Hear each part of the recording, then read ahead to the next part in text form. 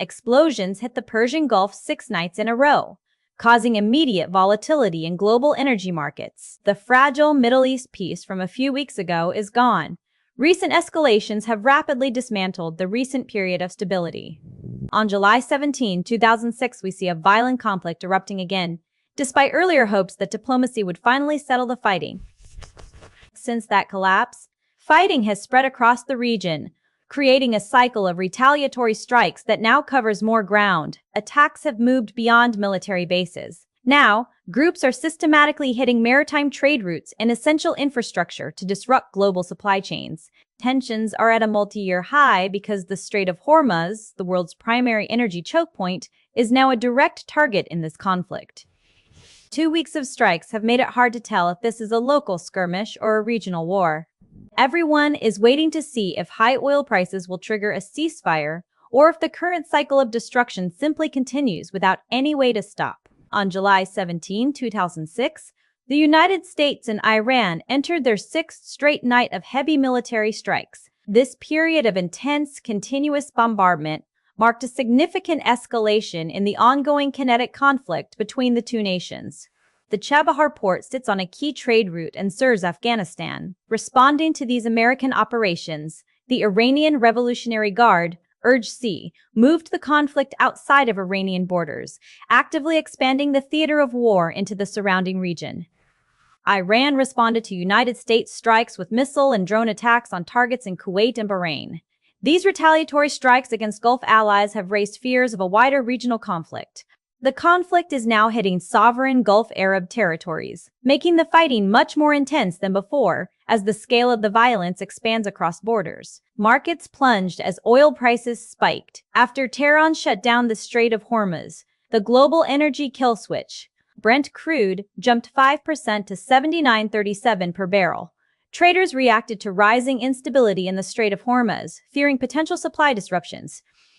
Prices rose because traders fear a permanent shutdown of oil shipments through the Persian Gulf is now a real possibility. This mess started because of several aggressive naval maneuvers that happened in the South China Sea earlier this month. After that incident, the United States military hit Iranian military targets on July 8. Reports confirm several large explosions occurred during the strikes. United States forces hit Iranian ports recently, specifically striking Qeshm and Bandar Abbas. These targeted military operations focused on critical maritime infrastructure within the region. The United States is now focusing its military strategy on controlling the Strait of Hormuz directly, aiming to secure this vital global maritime choke point.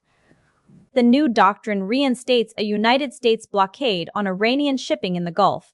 This move effectively halts maritime trade flows. The physical combat has also targeted specific surveillance and defense nodes. United States missiles hit an Iranian surveillance tower at Chabahar Port, a major regional trade center. This targeted strike effectively neutralized a critical piece of monitoring infrastructure at the facility. Combat has spread to the strategic islands guarding the western entrance of the strait, intensifying the ongoing conflict. Governments are also using official rhetoric to fight this psychological war, deploying strategic messaging to influence public perception. People felt this way after Iran mourned the death of Ayatollah Ali Khamenei. This period of mourning followed the sudden loss of the leader. This fight isn't just about nuclear enrichment or regional power anymore. Now, it is a direct struggle to control the world's most important maritime shipping lane. World Health Organization wins. According to regional analysts, the United States gains the most. By enforcing a blockade and imposing a 20% toll, Washington is attempting to institutionalize its role as the primary security provider and revenue collector in the strait. World Health Organization loses. Security experts say Iran loses the most. The destruction of surveillance towers and coastal defense systems on islands like Greater Thames strips Tehran of the asymmetric tools needed to disrupt shipping without direct naval confrontation. What's next? Analysts see two paths within 60 days. A total maritime blockade that sends oil prices above 100, or a negotiated maritime corridor agreement that restores limited flow. After the June talks collapsed, communication stopped entirely. Washington says these ongoing operations are necessary to stop immediate, looming threats. Tehran calls the strikes an unprovoked attack on its borders. Now, Gulf monarchies are caught in the middle of this actual fighting. Kuwait and Bahrain are handling recent drone incursions. Brent crude prices are swinging because traders fear shipping routes in the Red Sea will stay blocked longer. Rising energy prices strain developing economies, creating significant financial pressure. This strategic move toward targeting logistics indicates a long-term campaign is currently underway. The United States military priorities shifted from base security to supply chain bottlenecks.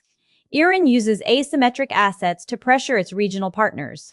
This plan makes blockade costs too high to maintain. Losing direct diplomatic channels means we no longer have a primary safety valve. Gulf defense systems determine regional stability. As the conflict zone expands, global shipping lanes face much higher risks. This economic fallout hits more than just the Persian Gulf. Diplomats now worry that a wider regional escalation is actually happening. The current trend points toward heavy attrition. Each new strike makes a much larger confrontation more likely to happen. The June negotiations failed because both sides could not agree on maritime monitoring protocols. The United States government demanded tighter cargo vessel inspections in these sensitive corridors. Tehran rejected these terms because they claimed the deal violated their coastal water rights. This deadlock forced a shift from diplomacy to active combat. Current strikes target the Revolutionary Guard supply lines and fuel depots. The United States is targeting coastal nodes to stop the launch of sea-based weapons. Using drones against regional partners shows that no nearby ally is safe from the actual consequences of this conflict. These retaliatory strikes force Gulf states to spend heavily on new air defense. Tehran is clearly trying to trigger a regional crisis that affects everyone involved, including Kuwait, Bahrain, and Oman. Prevents this conflict from remaining a simple bilateral fight between two nations. The reinstated blockade on Iranian ports has raised growing concerns over regional security and the safety of commercial shipping. Global energy prices are spiking right now because of these economic shifts. Supply chain bottlenecks are causing companies to start buying up extra stock. The war's expansion is happening. Now we must track how much global economic pressure the system can take before collapsing. Can the United States actually hold the Strait of Hormuz without a full-scale ground invasion? I want to hear your take on this in the comments. Make sure to subscribe for our next deep dive into the shifting energy markets.